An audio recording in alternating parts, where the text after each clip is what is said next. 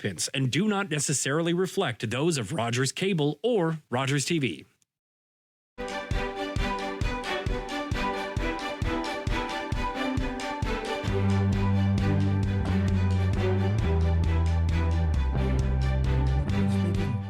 Shearman. My guests today are from the Bluewater District School Board, no strangers to any of us, Jane Thomson, who is the chair of the board, and Lori Wilder, who is the director of education. Almost called you executive director of education.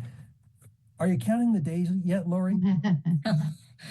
I am not, David. That's actually a question people have been asking me, but I certainly have not. I so enjoy the work that I do and the people that I work with. I'm just going to miss it tremendously. So I wish there were more days, but this is a choice I've made. So I will be embracing this transition in my life.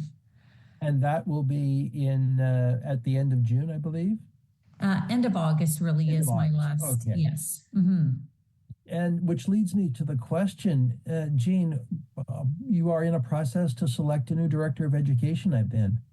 We certainly are. Yes, it started back in January, just after Lori announced her retirement.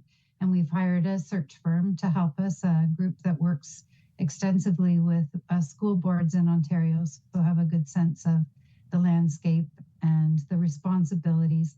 So they did a process within our board to find out from our stakeholders, our direct reports to Lori, what we're looking for, and applications have gone out. So we're just getting ready to do some interviewing in the next little while.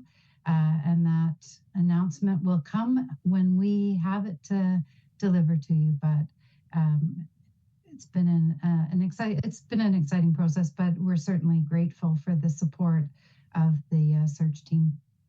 That's great, because people don't realize that to be a director of education in Ontario, you need certain qualifications. The pool isn't all that large of prospective candidates, but at the same time, that's one of the purposes of a search, a search agency, is they can help you ask the right questions of candidates. Correct. Yeah, it's a big organization, so there's a lot of areas that director is responsible for. So it's a big job, a big responsibility to find the right person that can lead our organization over the next 5 years. And when you think of it, our Board of Education is probably one of the top 3 employers in Grey Bruce. When you think about our hospitals are probably up there as well, Bruce Power, Board of Education are all very large employers. So it takes a lot of different skills. Yes. Now, Lori, are you going to run another marathon? Oh, that's a good question, David. I do like to stay active. I've entered the world of triathlon, so I'm spreading it out to give my running body a break. So that's bike or swim, bike, run, but I'll never say never, because marathon may be in my future. Well, does that mean you'll be running the Grand Fondo? Oh, I haven't done that race yet, but my friends have, and they say it is fabulous. Just fabulous. So I think that's on my bucket list as well. All right. Well, like I say, who says your career is finished? It's just changing. By the way, just on a personal note, Lori, I have stopped using the word retired. Exactly. Everybody says, well, you've retired from. I said, no. I've changed occupations, and I do some of that, but I do some of something else, and some of the third thing. And it's exactly. Very liberating. So have fun. I'm using the word transition. I too am not using the word retirement. Somebody told me retirement means to put your tools down.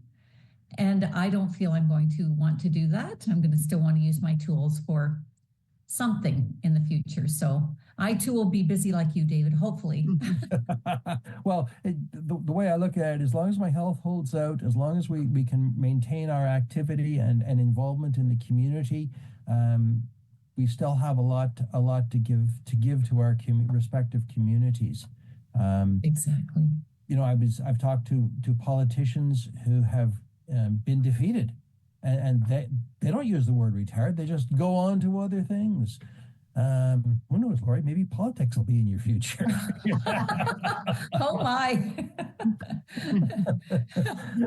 Oh, that's a leading question. Hey, what I'm really saying is I want to get you back on the show. Anyway, well, let's get on to some more serious matters. You have got a trustee vacancy, or have had a trustee vacancy, which you declared several months ago. What's the status of that situation? Are you just? I think you decided to choose to receive applications for the position, which is one of the options that the board had. Where are you in that process, Jane? You're correct. We decided to go with an appointment process versus an election process. Our first thought was to go with to approach the two candidates that had run in that election. But as it turned out, neither of them were in a position now to take on that role. So then we went to application, and we were thrilled. We had really a strong interest in the position from all across Bluewater. So we ended up not interviewing all of the people. We had so much interest from the area of Southgate and Grey Highlands that we decided we could go there, and some neighboring areas that would easily represent that.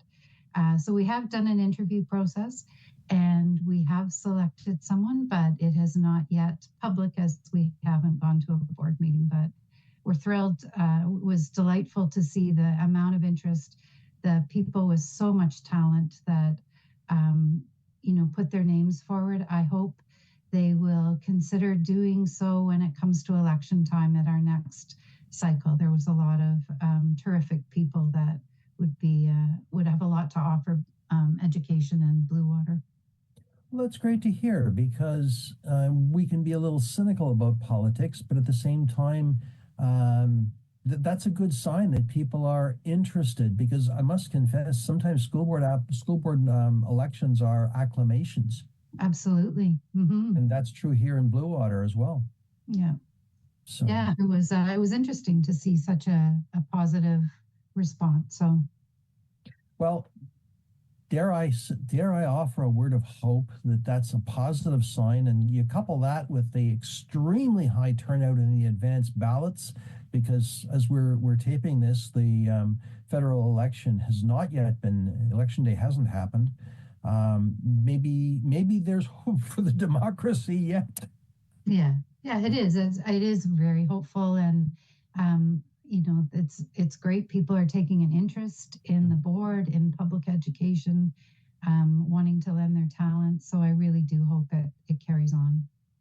Now, which leads me to another question, which is definitely not on our list of topics. We had a provincial election. There was a new Minister of Education. And what's your take on the new minister? Is it sort of same policies carried on, do you expect? I certainly don't think we know yet. Lori may have a better sense. The trustees have not yet met with them, except what you've read in the media, with the boards that have been have had challenging times with decisions that have been made, or their budgets. But I have yet to meet him. Right. And I would say the same. Directors haven't met him either. There's been no request for a meeting. So our first exposure really would have been on the media event that he hosted just earlier this week. So that's our first opportunity. For those that joined it, got to see him in action. So we've had no information about priorities. I know the ministry themselves have priorities, so I can't imagine he would change that vision so new in his role. Right, right. And has he got an education background at all, or do you know anything about his resume?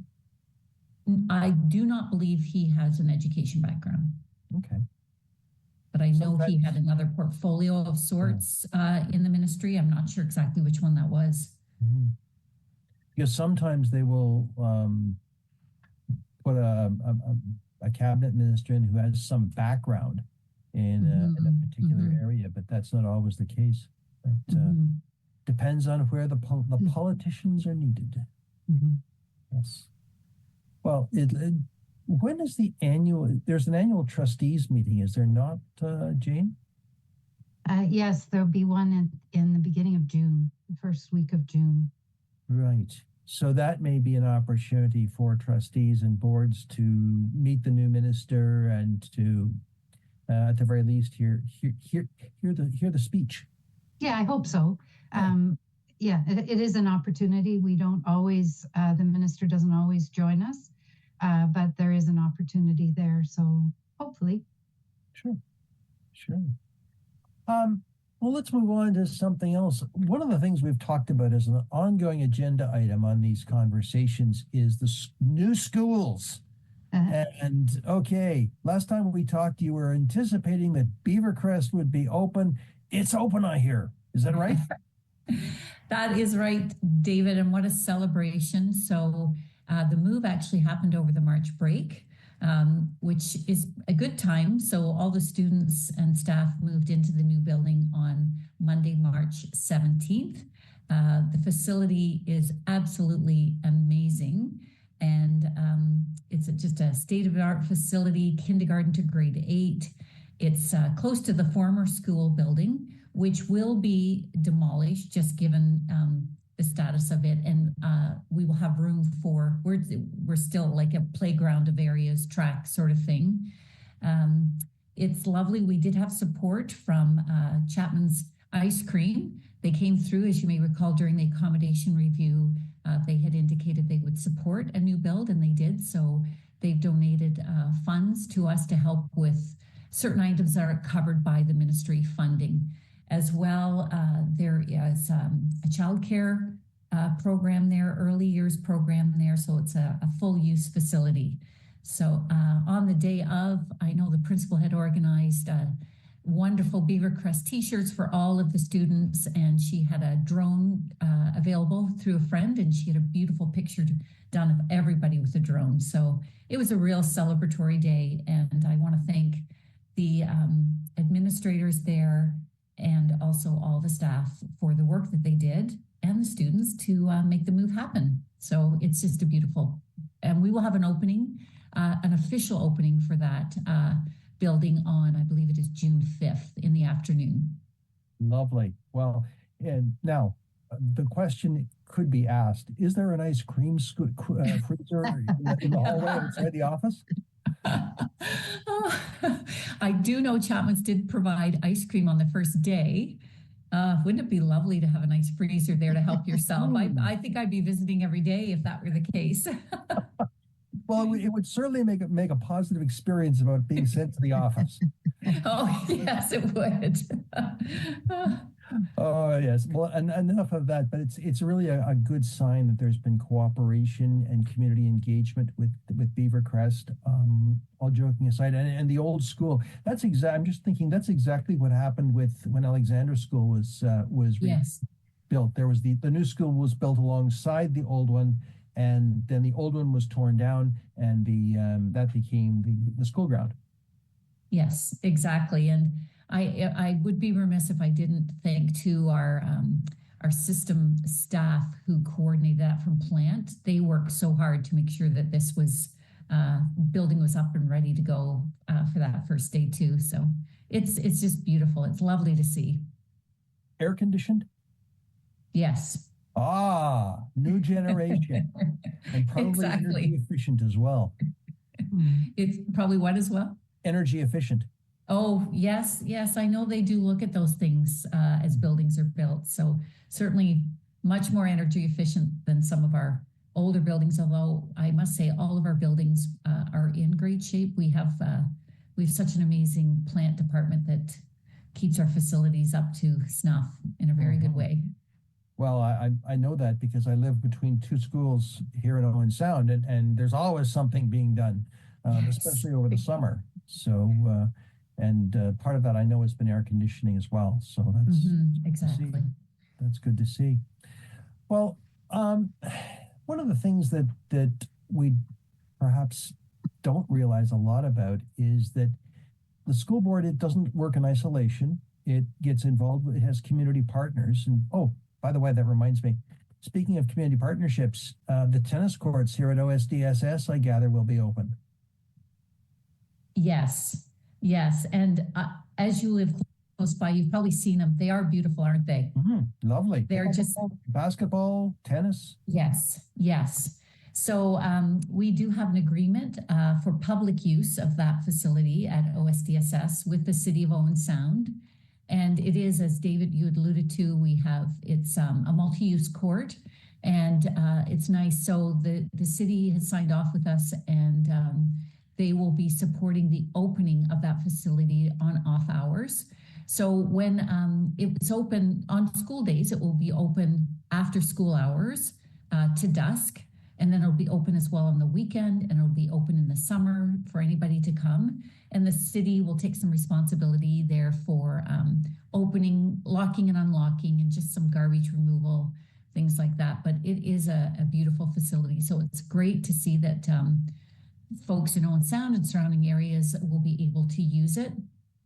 But it will be locked overnight, just because I know in the past we had some issues with garbage and some things like that. So it will be locked overnight, but nobody could see to play pickleball or tennis in the dark anyway. So it's a great partnership. It is. But that's not the only community partnership that the board has at all. You've got many partners, don't you? Yes, definitely we do. Go ahead, Jane. Well, we just had our community planning and partnership meeting, which happens on an annual basis, and it's really an opportunity to share planning data with our Bruce County and Grey County and other partners. And this year we shared our capital planning moving forward. It's planning that occurs certainly every year at this meeting, but it occurs regularly throughout the year between staff to staff at the different municipalities. Really an opportunity to benefit the communities, the students, and our school board as we look forward how we work together. Like some of the other partners who would be on that list, just out of curiosity. Our child care providers, there's a number of partnerships with child care providers. I know, Laurie, if you can.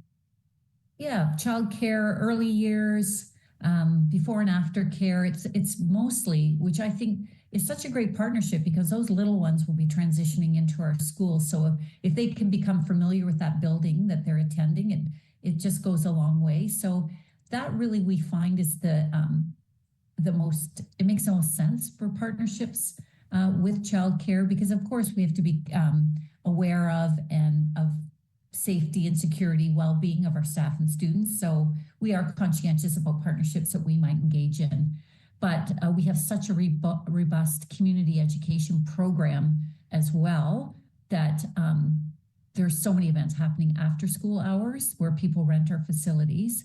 And that meeting as well, we talk to the different counties and any municipality that wanted to join, because as you know, we are a growing board. So we are looking for opportunities for new builds and applications, and ensuring, for example, down in the Dundalk area, Port Elgin, Kincardine, we're working with those municipalities to secure land for the approved builds that we have there. So that meeting was open to them as well. Which raises the next question. Where are you going to be expanding? Because that's another perennial question for this school board. We are Grey Bruce is growing, particularly Southgate, Meaford. They've got, I just noticed a headline of 300 new homes going into Meaford, and Owen Sound has got thousands of homes approved, but they're waiting on ground to start or construction to start.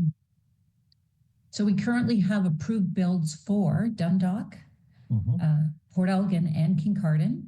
So those are sitting on the books, and we're now working through to negotiate land purchases in all of those areas. Jane had alluded to, we did have an accommodation plan that was just presented to us through Watson's and Associates. So they've done a really good job for us in projecting out what our needs will be in the future and what we have to look at. You mentioned certainly Meaford. We are in a good position in Meaford because we ended up not selling off the track area that we had. We were originally, trustees were looking at selling that off, and then we thought more about it, thought, no, it's a big growth area. So we are sitting with property, and when the ministry approves bills, they like to see property already ready to go.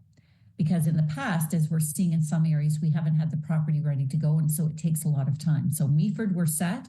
And you're right, Owen Sound, we'll see what happens there. Currently, Hillcrest is it's under capacity with students, so we have room there.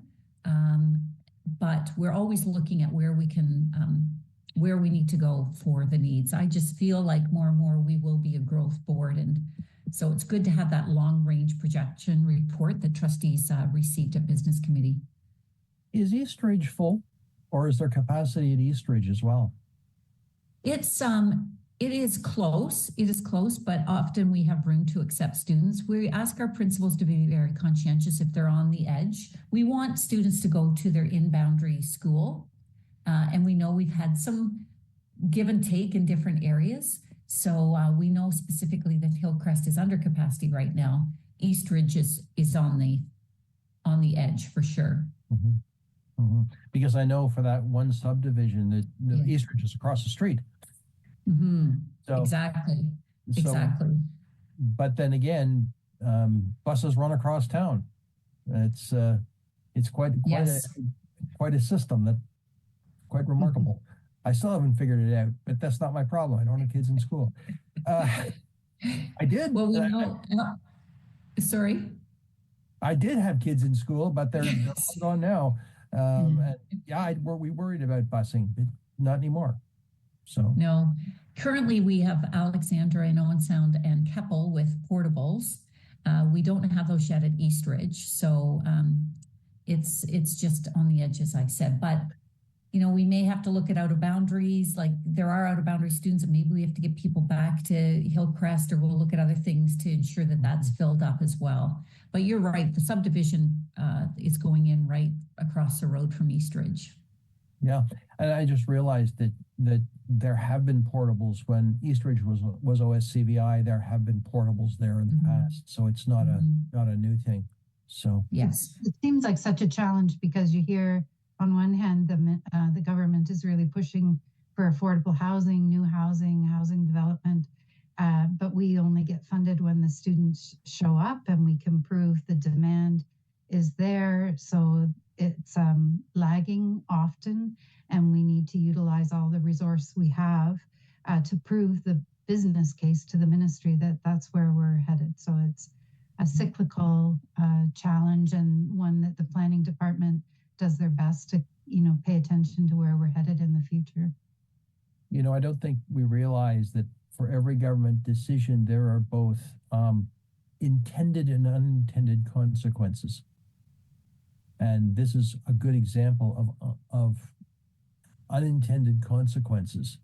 Lots of houses, but where are the kids going to go to school? Lots of houses, but where's the infrastructure that, where's the water, where's the sewer, where's the fire hydrants, those kinds of things.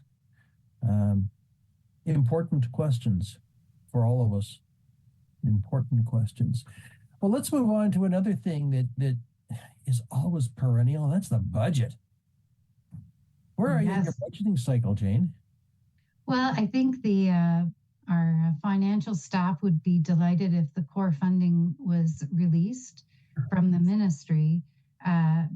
It is yet to be released, and so that document, of course, is important. And then the technical paper that follows that allows our staff to really finalize what our budget will look like. So they're doing as much as they can without that detail, but they'll be waiting for that, anxious for it.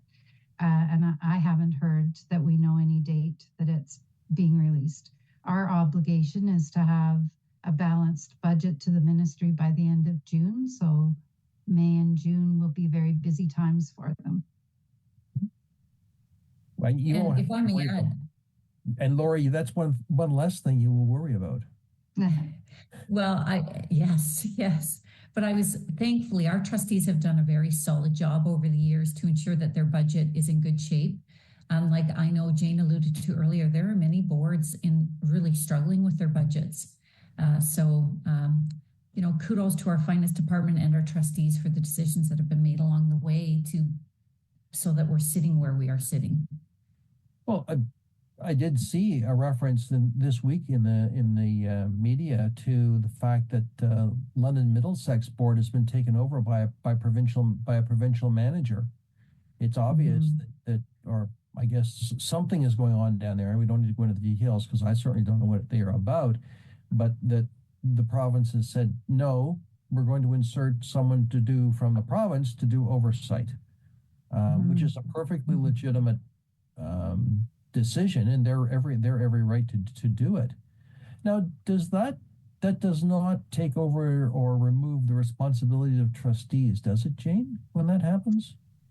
It would take some of the responsibility, absolutely. That person would be guiding the decision making. And I talked to one of the trustees from the board, and she wasn't sure what it would look like at that point. They're still waiting on some of the details of it. But so I'll be interested to see. Hope I'm never in a position to learn it firsthand. But. Right. But the flip side of that is there are boards like Toronto that have incredible infrastructure deficits. They're also being reviewed by the ministry and Ottawa. So there's some boards that have had some struggles with their budgets, and they're being looked at. Sure. Well, your noses are clean here in Bluewater. They sure are. Let's keep it. It was a lot of painful work, though, to get here. People will still remember the difficult decisions. And some of those boards would be happy to make some of those difficult decisions now, but they're not in a position to do so because there's a moratorium on any school closure. So we could be in a very different situation had we not made those decisions several years ago. That's true. For those of us who lived through that and the pain and anxiety of school closures was quite remarkable. Yes. And it's kind of interesting that here in Owen Sound, at least, one of those schools is now 40 apartments, and the other one is an addiction recovery center. So repurposing the schools has resulted in certainly community benefit all the way around. Yes. Now, I did ask, I know someone who lives in the old Strathcona apartments, and I did say to them, are you hearing any ghosts? Ghosts of old teachers, old students, but especially caretakers and principals. But he said he hadn't, so I'll take him at his word. But you never know. I would love to see those apartments because that school was such an old building and had the beautiful high ceilings. I'd just be curious to see what the apartments look like in there. Yeah. I must ask when I see that person. Have they just kept the high ceilings? What have they done? I think they put elevators in, but I could be wrong. I think they did. And then who knows what they've done with the gym? Right, yeah. Anyway, we have to take a break, and we'll be back because somebody wants to talk to our viewers. So I'm David Shearman. This is Politically Speaking. We'll be right back.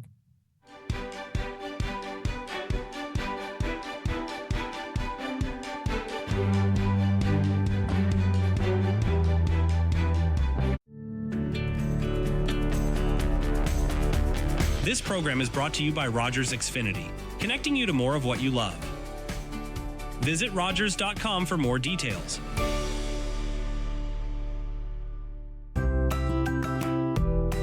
This is Rogers TV.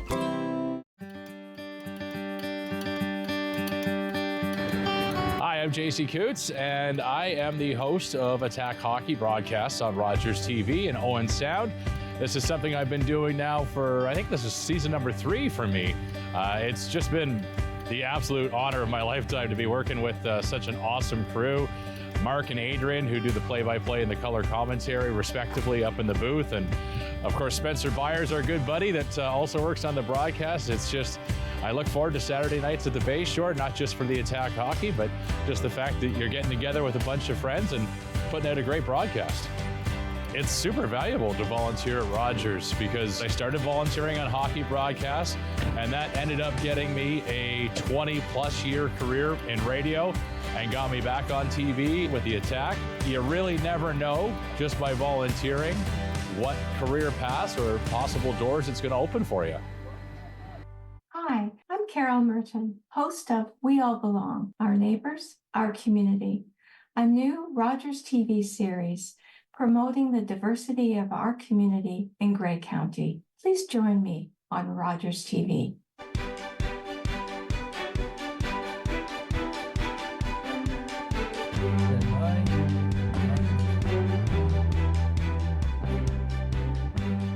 Hi, and welcome back to Politically Speaking. I'm David Shearman. My guests are Jane Thomson, who is the chair of the Bluewater District School Board, and Lori Wilder, who is the Director of Education and soon to be marathon runner or something or other like that. Hey, Lori, I'm just cutting you a little slack and giving you some freedom, you know. I love it, David. Thank you. I hope they will give for a retirement gift. Jane, this is a hint for you. Oh. They should give you a bronzed pair of running shoes. Oh my goodness. You know, I'd be happier with a real pair of running shoes. They're expensive. They can be. They can be. Yes. I know. Yeah. Anyway, which raises me another question. It just occurred to me. It used to be that when a teacher retired, they were given a school bell. Does that still happen? We do give out school bells. Yes, we still do that. That's been a long-standing practice. Mm-hmm. But don't tell them because it's all wrapped up at their retirement. Yes. Secret. Well, I happen to be old enough to remember the days before there were external speakers on schools, and even if there was, you know, when the teacher on yard duty carried that bell as a baton of authority, and you better move your butt when that bell rang, and or there'd be something said. Yes. Get into the school. Get into the school. Come on. I don't care how slow you are. I don't care where that ball is. Get into the school. But yeah, it's nice that symbol is still kept up. It's actually quite just as firefighters might receive a firefighter's helmet. Sure. Or police officers might receive a cap or shield or some kind of token of for their service. Teachers do the same. Those customs matter. Those practices matter. Not maybe to the general public, although I have fond memories of the school bell, but to the teachers themselves. Yeah. Mm-hmm. Right. Well, you know, I was reading through the list that Jamie Pettit, your communications officer, prepares, and I noticed there was one item called digital well-being. And I have to say that is something that was never, ever touched on in my school. And even as a parent of kids, school-age kids, that was definitely not something that was really touched on. And, you know, what's that all about? Well, are you helping parents understand the digital world? Yes, and the well-being around it. I mean, we know the use of social media and different platforms it's just increased so much for children. And sometimes parents aren't really aware of what's going on. So this is for parents and caregivers. It's an education series. And we are partnering with an organization, oh my goodness, sorry, with an organization called the White Hatter Organization. And they are very involved in digital literacy and internet safety education. So it's a 3-part webinar series, and we are really hopeful that parents sign up. So it's on our website. If they go there, there are 3 sessions, and they're offered in the evening at 6:30. One is May 1st, and May 1st is on digital literacy and internet safety. And there's a link where they can register, and it's free. The number 2 series is on May 14th, and it is on gaming concerns, balance, addiction, and opportunities. And the 3rd webinar series is on June 5th. That one's at 7 p.m. and it's on the good use of social media technology and teens. So we do hope any listeners here, even if they aren't a parent or caregiver and they're interested, they can sign up. But it's really something parents need to be aware of and conscientious in supporting their children at home with really appropriate digital use to ensure their well-being. Yes, and it's as current as today's headlines. I mean, I noticed a piece in today's news about sexual abuse and digital media. Oh, yes, horrific. So I'm sure that topic will be covered somewhere within the 3 webinars because, children can be lured in different ways, not understanding what's happening. And there are some unsavory individuals out there who prey on the youth of today. And it's really unfortunate with some of the things that can occur. Sure. And it's and we cannot assume that because we are in Grey Bruce, we're immune to that. No. Exactly. You've probably heard obviously about human trafficking, and that's really prevalent across the world, I would assume, but even in Grey Bruce, there are examples of that. And often some of that luring occurs, certainly it begins on social media. So we need our parents aware so that they can better educate their children. Yes. And just a shout out to the Women's Center of Grey Bruce, who have a brand new anti trafficking initiative as well. So it's if we think for 1 second that it's not in Grey Bruce, it is. It's here. It sure is. So kudos to the board for offering this kind of education for parents. And like you say, it's open to anyone in the community. It's not restricted to parents or exactly. Great for grandparents. Yes, and in fact, as we know, many grandparents too, they are the caregivers of their grandchildren. So yes, open to anybody with interest. Great. Now, we're in the middle of, well, not in the middle, we're at the end of an election campaign. What kind of things have been going on in the schools during both the provincial and the federal elections? So we do have procedures that guide this because we ask the schools, if they are going to host, for example, a student all candidates debate, that they ensure that they invite all of the candidates. We want to be seen that we're not representing one party over another. So I know that in some senior leadership classes of sorts, they would attempt to organize that as best we can. I can appreciate, though, the candidates are very busy. So for them to give time to come together for that is probably difficult because they are doing these for community events as well. Also, I know that it's Students Election Canada. They do their own polling for our students. So teachers are sent that information and they can sign their classes up to join. And then they actually, provincially, they did a vote, and they will do the same federally. They would organize that to see where our students of Ontario fall and who they think should be the party representing us. So I'll be curious to see the outcome of that. Yes, it's kind of like a mini election, isn't it? That the Elections Canada runs with, doesn't count, but it gives them practice. I was hearing a very interesting commentary recently about first-time voters. And one of the reasons that the speaker was saying is that first-time voting is a challenge for many young people, is that it's a strange thing. They've never done it before. And a whole new set of procedures, whole new process. And I can echo that because I've seen it when I've worked in elections in the past. but this kind of program sort of gets that comfort level, increases comfort level, doesn't it? Yes, I would assume so. And I mean, even just, I'm sure we have many teachers quite engaged in helping students understand what it's all about.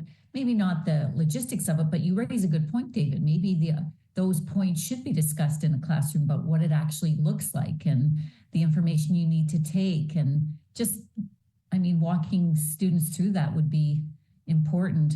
When you mentioned the long lineups, I know a friend of mine had thought, oh, I'll just go on that first day that the early polls opened.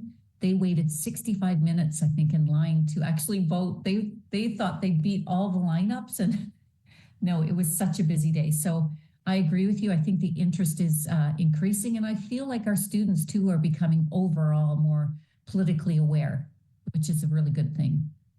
And I will tell you, not to spill the beans or anything, but if you want to see one of your teachers on Rogers TV, our election panel on election night will include a teacher from the Bluewater District School Board. Okay. He's a moderator. Okay. He's not representing a party. He's the moderator. He did this for the provincial election too. Okay, I think I know who that may be. Yes, you probably could guess. But my point is, you never know where your teachers will show up. Yeah. Well, that's good. That's good. It is because it's the kind of thing that is really important, because teachers are not just teachers in the classroom; they're teachers in the community. And there are several of teachers that I happen to know personally who are like that. They have, well, there's one who's now retired who has had a great interest in Canadian history, and especially Yes. 20th century history, and he took tours to Europe for because one of my kids went on one, and they were fabulous, absolutely fabulous. So that kind of thing, you never know where your teacher's going to show up. I believe you're referring to Dave Alexander. Yes, I am. And Dave, it's interesting. I'm seeing now, and the trustees approve field trips. So I'm now seeing field trips coming through similar to what Dave started way back. And so he's had an influence now on the newer and younger teachers as well, who are attempting to go to Vimy Ridge, for example, and honoring our veterans who lost their lives over there. Those kind of projects, they're taking on people who died in the war and researching them. Just, Dave, he was instrumental and continues to be in that regard. Yes. And actually, I have a relative, my great uncle, whose remains were never found in the Second Battle of Ypres, and he is on the Menine Gate. And Dave had one of his students do a rubbing of my relative's name from the Menine Gate, and I've got it framed here. You can't see it, but it's because I moved my stuff around. But Dave helped with that, and got it done. Warms my heart. You know, it's great to see that. Absolutely great. Yeah. So, but you never know where your teachers will show up. Watch those teachers. All good places. Oh yes, all good places. All good places. Let's talk about one of the things that is always of interest is young people in the skills technology and the skills challenge that has been going on. I thought I saw something that the young people have gone on to some of them have gone on to the provincials for Skills Ontario. Is that right? Yes, I too.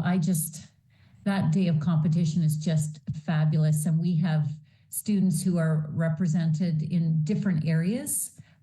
So whether it be hairdressing or welding, automotive, and carpentry, teams of 2. So we did have a big competition on February 24th at Sydenham campus and Georgian College and OSDSS. So they hosted all of them. And it's amazing to see these students. It's an initiative of the Ontario Youth Apprenticeship Program. It's amazing to see them squaring off in different categories and competing with one another, but they're so supportive of each other. It's just lovely. And we have local industry judges who come and spend time with them and judging them, but also giving them some hints, tricks of the trade, so to speak. So we did have our regional winners, but then we also had some students who went further than that, and they went to a competition in Barrie, Ontario, the provincial competition, and they also participated. So they represented them at the culinary skills challenge in Barrie, and one of our students from SDSS placed first. And so now he goes to Toronto to compete further. And so that was lovely. And I know, David, you've got a connection with the culinary world. So yes, who knows, maybe a future employee of someone you know. Who knows? It's, you know, when you think about it, everybody as it's one of my kids, and one of my kids said, "Hey, everybody's got to eat." Yeah, yes, for sure. And it doesn't have to be haute cuisine. It can be just simple, nutritious food. And yes, exactly. It's a very needed area, because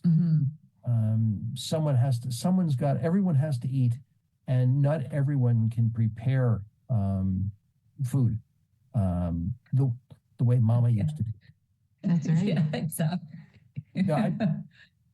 Which leads me to another question. Are there any, other than the things like OYAP, as part of the main curriculum, are some of those skills taught in the education system these days?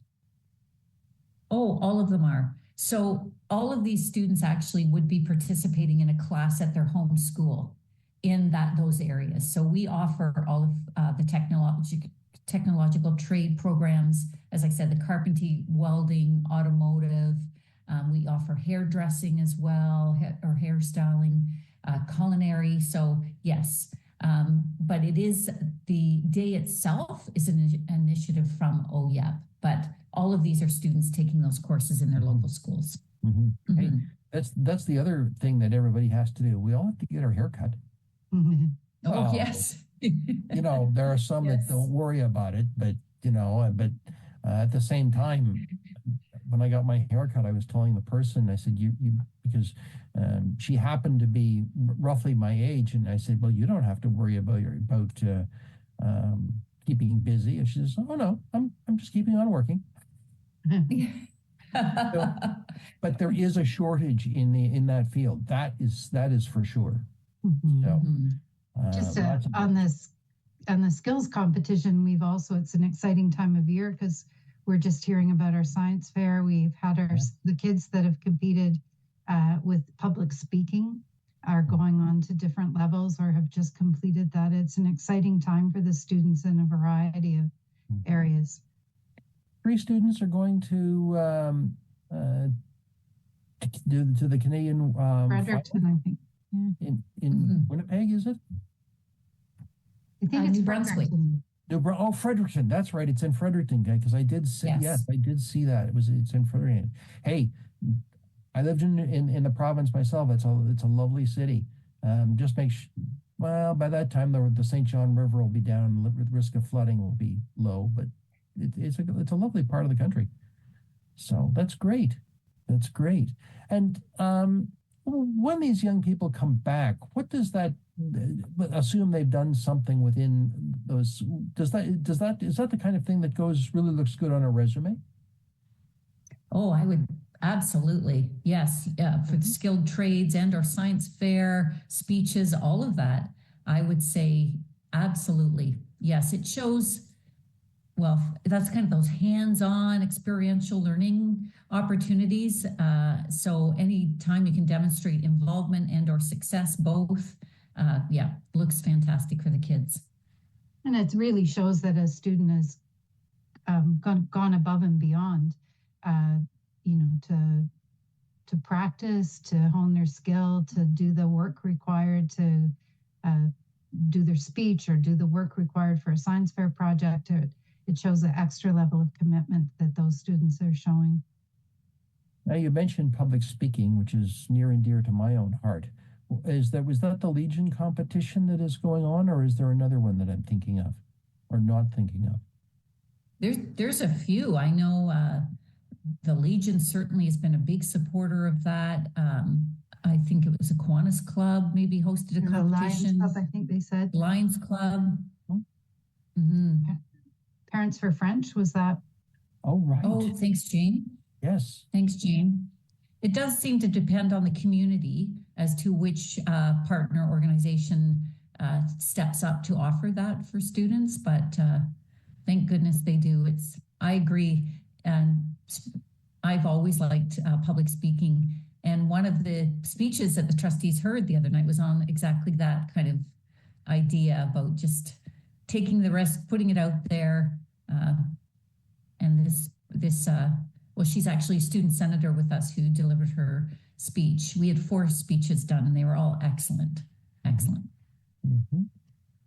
I heard a well-known, actually lead singer for Arkells has written a book, and one of the things he said in the book is, don't worry about what other people think about you. Be brave for 5 minutes. Oh, and I'm thinking that's a really good way of looking at it. You know, because when you stand up to do a public speech, as I know, you're basically leaving yourself wide open and being vulnerable.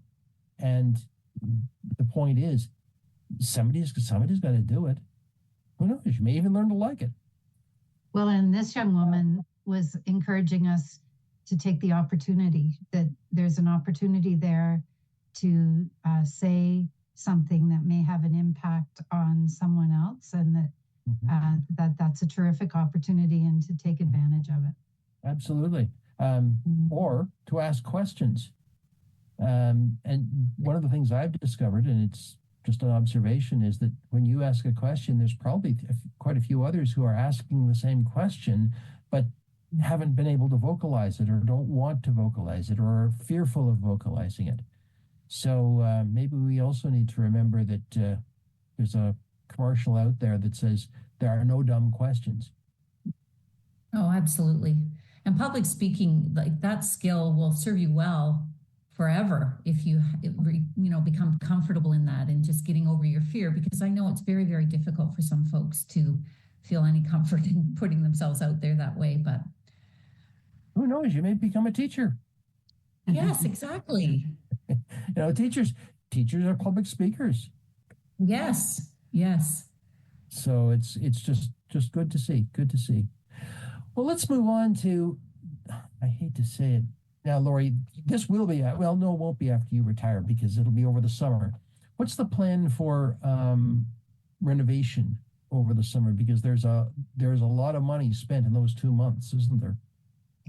It's a busy time. Absolutely.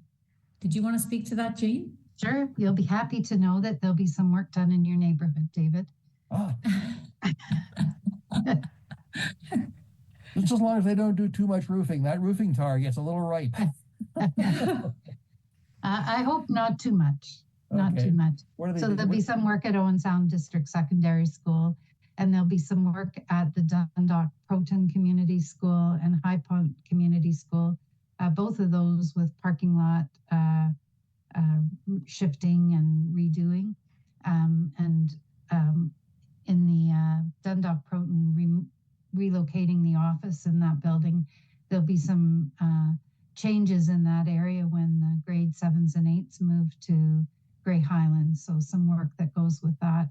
And Grey Highlands is having work done to be ready to receive the grade 7 and 8 students in the upper levels. And lots of upgrading to LED lighting and, some minor projects, but those are the bigger ones. Okay. Beaver Valley's getting a gym refresh and some exterior door replacements. Mm-hmm. What's the total value? Do you know? Across the board? I was just going to say, it's $12 million for this summer. And last year we spent a record $20 million. So that's when I say that our facilities are in good shape. They really are, because we are taking this funding. It's from the Ministry of Education for project initiatives for school renewal. And we're using all the money that they have given us. And it's just 12 million and then 20. So a total of 32 for the last 2 summers is a fabulous amount of money. Yeah, and it's remarkable because you're able to move that infrastructure deficit position downward Mm-hmm. in this board, and that is so important given the mess that other boards are finding themselves in. Mm-hmm. You know, Exactly. I'm thinking, I'm old enough to remember the school building boom in the 1960s and 70s here in Ontario, and I wonder if we're paying the price because all those schools are now 50 plus years old. And if we haven't invested the money in upkeep, well, we got to pay the price. Absolutely. And I've talked before on this program, just the idea too of the unseen things that you have to make sure you keep up, like the HVAC systems, for example, or the lighting. Jane, I mean, you do see the lighting, but the lighting and things that might be unseen, but it's so important. And we've our plant department's done a fabulous job with those things as well. Mm-hmm. Well, we'll just watch and wait and see. And in the fall, everybody will be welcome back with, in some cases, brand new schools, brand new facilities. So, and that lovely smell of fresh wax. To say, hopefully the smell won't be bad for you this summer, David. Oh, I'm only kidding. I'm only kidding. It's there for a couple of days and then it disappears. Although I have to say that when OSDSS they were lifting the new HVAC systems in, and they took a tree out from the center courtyard. That was really kind of fun to watch the crane work. So I bet. Hey, some of us are still little kids at heart. Yeah. But yeah, it's something that is going to be worthwhile, and I guess another way of framing it is we can say that these are our tax dollars at work, because they are part of our commons, if you will, that our common. What we have in common, our common facilities, kind of like our roads, our schools are the same. So I know, and when we talk about some boards, I know the ministry has concern because some boards apparently haven't been using these funds to do the uptakes that are necessary or updates that have been necessary. So we certainly have been doing that. Right. Well, lots of we actually we'll be coming back once more before you retire, Laurie. So we're not going to let you go yet. And we're back with you in June, and then we can hear all the good news about what's planned for the summer and next year, and you'll have a new trustee to name and all kinds of other good things. It's Board of Education is always interesting and exciting. And then we'll have to have a chorus of schools out for summer. Yes. Alice Cooper forever, right? Yes. Okay. Well, I want to thank the both of you for being a part of Politically Speaking. Always good to hear from you both, Jane and Laurie, and our best wishes for the rest of the spring, and we'll talk again for sure. Thank you, David. Yes, thank you. And friends, I'm David Shearman. This has been Politically Speaking. Oh yeah, we'll talk again. Take care.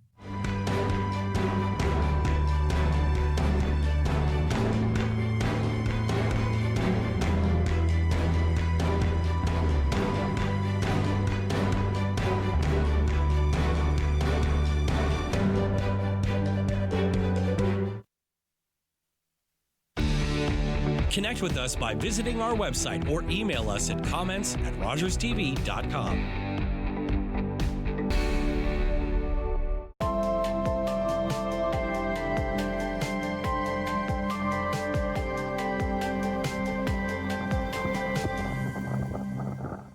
Hi, I'm Carol Merton, host of HealthLink on Rogers TV. HealthLink connects home, community, and healthcare with interesting topics and speakers about your health and your community. This year, 2 groups of veterans and 2 teams of rookies compete to renovate 4 identical houses with their own signature style. in the ultimate neighborhood knockout. We're gonna keep things fresh. Get down and dirty.